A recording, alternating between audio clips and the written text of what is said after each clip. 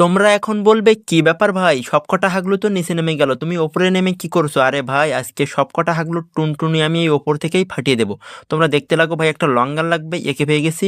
আরে ভাই, হাগলু আমার টুনটুনি প্রায় ফাটিয়ে দিচ্ছিল, কিন্তু আমাকে মারা অত সহজ না। ওই দেখো, একটা টুনটুনি একদম ফাটিয়ে দিয়েছি, পুরোটা তুলে নিতে হবে, নাইলে আবার যখন তখন রিভাইভ করে দিতে পারে।